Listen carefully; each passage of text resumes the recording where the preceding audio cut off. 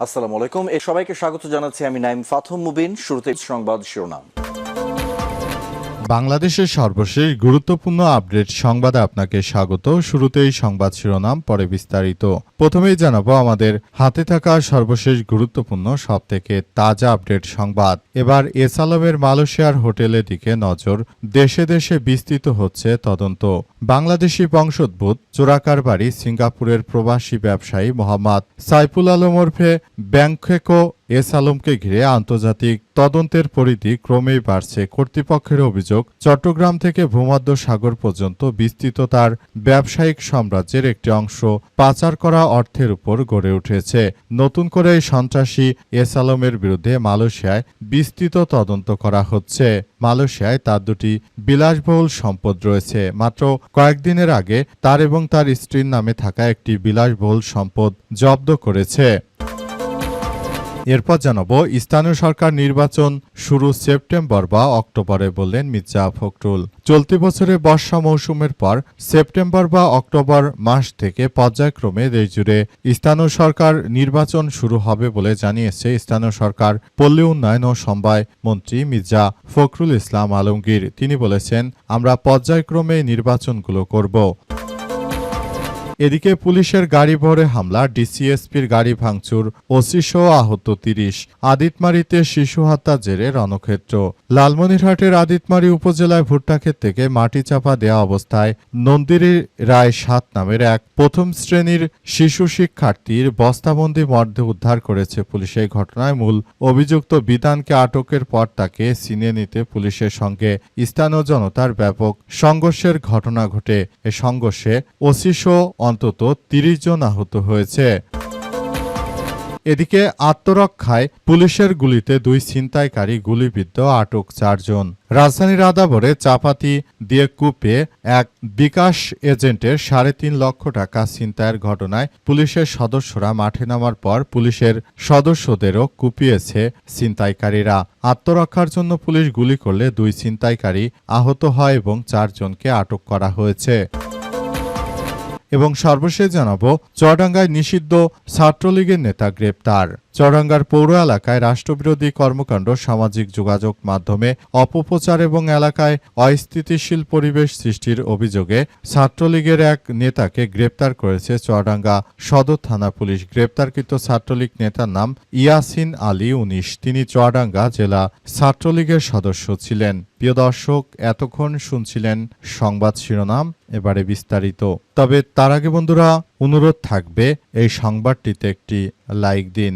এই চ্যানেলে আপনি নতুন হয়ে থাকলে আমাদের সংবাদটি দেখতে দেখতে চ্যানেলটি সাবস্ক্রাইব করে রাখুন। কমেন্ট করে বন্ধুরা আপনার মূল্যবান মতামত জানিয়ে দিন আপনি বিশ্বের কোন দেশ থেকে বা বাংলাদেশের কোন স্থান থেকে আমাদের সংবাদটি দেখছেন এবং শুনছেন। আর বন্ধুরা, সংবাদটি আপনার সোশ্যাল মিডিয়া ফেসবুকে শেয়ার করে বন্ধুদেরও দেখার সুযোগ করে দিন। কমেন্ট বক্সে আপনার মূল্যবান মতামত জানিয়ে দিন বন্ধুদের মাঝে। আমাদের এই তাজা আপডেট সংবাদটি শেয়ার করে দিন। এবারে বিস্তারিত।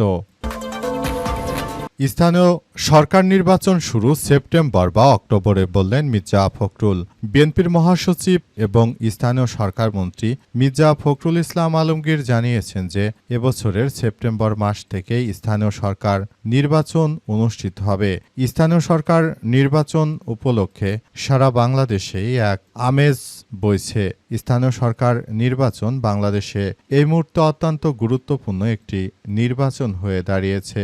স্থানীয় সরকার পর্যায়ে যে নির্বাচন হবে সেই নির্বাচনটাকে খুবই সুন্দরভাবে তারপর করতে হবে বলে জানান তিনি। বিগত ১৭ বছর ধরে কোনো ভোটের সংস্কৃতি হয়নি, সুতরাং এখন নির্বাচনগুলো খুব স্বচ্ছভাবে করবে বিএনপি বলে আজ জাতীয় সংসদে নিশ্চিত করেছেন তিনি আরও জানান যে, আমি বলতে চাই সবাইকে, সুন্দরভাবে বলতে চাই যে জাতীয় সংসদ নির্বাচন অত্যন্ত গুরুত্বপূর্ণ একটি নির্বাচনে সবাই একসঙ্গে আসলে কার্যক্রম চালাতে হবে। এই নির্বাচনগুলো আমাদের সবার জন্য অত্যন্ত গুরুত্বপূর্ণ একটি নির্বাচন হয়ে দাঁড়াচ্ছে বলে জানিয়েছেন বিএনপির মহাসচিব মির্জা ফখরুল ইসলাম। আজ জাতীয় সংসদের অধিবেশন চলাকালে তিনি এমন বক্তব্য দিয়েছেন এবং তিনি এও জানিয়েছেন যে বাংলাদেশটাকে সুন্দরভাবে গড়ে তোলার মধ্য দিয়ে মূলত আমাদের সবাইকে এই কার্যক্রম চালিয়ে যেতে হবে।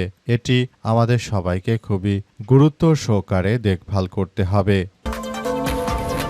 আত্মরক্ষার উদ্দেশ্যে পুলিশের গুলিতে 2 ছিনতাইকারী গুলিবিদ্ধ, আটক 4 জন। আজ রাজধানীর আদাবরে চাপাতি ঠেকিয়ে দোকানে ঢুকে ছিনতাই করার পর ছিনতাইকারীরা ওই ব্যবসায়ীকে কুপিয়ে গুরুতরভাবে জখম করেছে। এই ঘটনায় আজ নতুন করে আবার মাঠে নামে পুলিশের সদস্যরা। তারা মূলত নতুন করে সবকিছু দেখভাল করছিল এবং পুলিশের সদস্যরা জানিয়েছে যে তারা মূলত নতুন করে এই কার্যক্রমগুলো চালিয়ে যাচ্ছে। তারা মূলত এমন কিছু করেছে যেটি দেখে সবাই হতচকিত হয়ে পড়েছে। নতুন করে তারা এমন কিছু কার্যক্রম চালাতে শুরু করে যেগুলো দেখে সবাই হতচকিত হয়েছে। এরপরই পুলিশের সদস্যরা মাঠে নামলে ওই আদাবরের সিসকা সন্ত্রাসীগুলো তারা পুলিশের সদস্যদের উপরও আক্রমণ চালায়। এই ঘটনায় ওসি ও পুলিশের সহকারী পুলিশ কর্মকর্তা সহ বেশ কয়েকজন তাদের কোপে গুরুতরভাবে আহত হয়। এরপর পুলিশের সদস্যরা আত্মরক্ষার উদ্দেশ্যে গুলি চালায়। এতে 2 সন্ত্রাসী গুলিবিদ্ধ হয়েছে। ঘটনায় 4 জনকে আটক করে থানায় নিয়ে গেছে পুলিশের সদস্যরা। বিষয়গুলো দেখভাল করছে এবং এগুলো নিয়ে অনেকেই কথা বলতে শুরু করেছে। আবার এই ছিনতাইকারীদেরকে কিছু আইনজীবী রয়েছে, এই নরপিচাসগুলো তারা মূলত এদেরকে ছেড়ে দিবে অল্প কিছু টাকার বিনিময়ে। এত প্রচেষ্টা চালিয়ে এদেরকে যে আটক করা হচ্ছে এবং এদেরকে যে নানাভাবে কার্যক্রম চালানো হচ্ছে, কিন্তু এদেরকে বাংলাদেশের কিছু আইনজীবী রয়েছে তারা ছেড়ে দেবে। এটাই হচ্ছে এসব আইনজীবীদের ধান্দা। পুলিশের সদস্যরা কষ্ট করে আসামি ধরবে আর এরা টাকার বিনিময়ে ছেড়ে দেবে।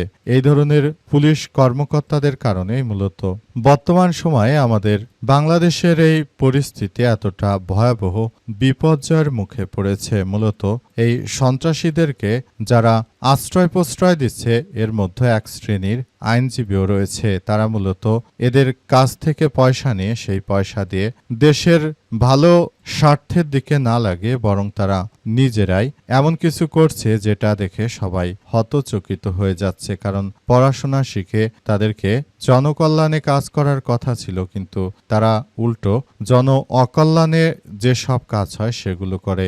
এদের কাছে পুলিশের সদস্যরা একরকম অসহায় অবস্থায় রয়েছে।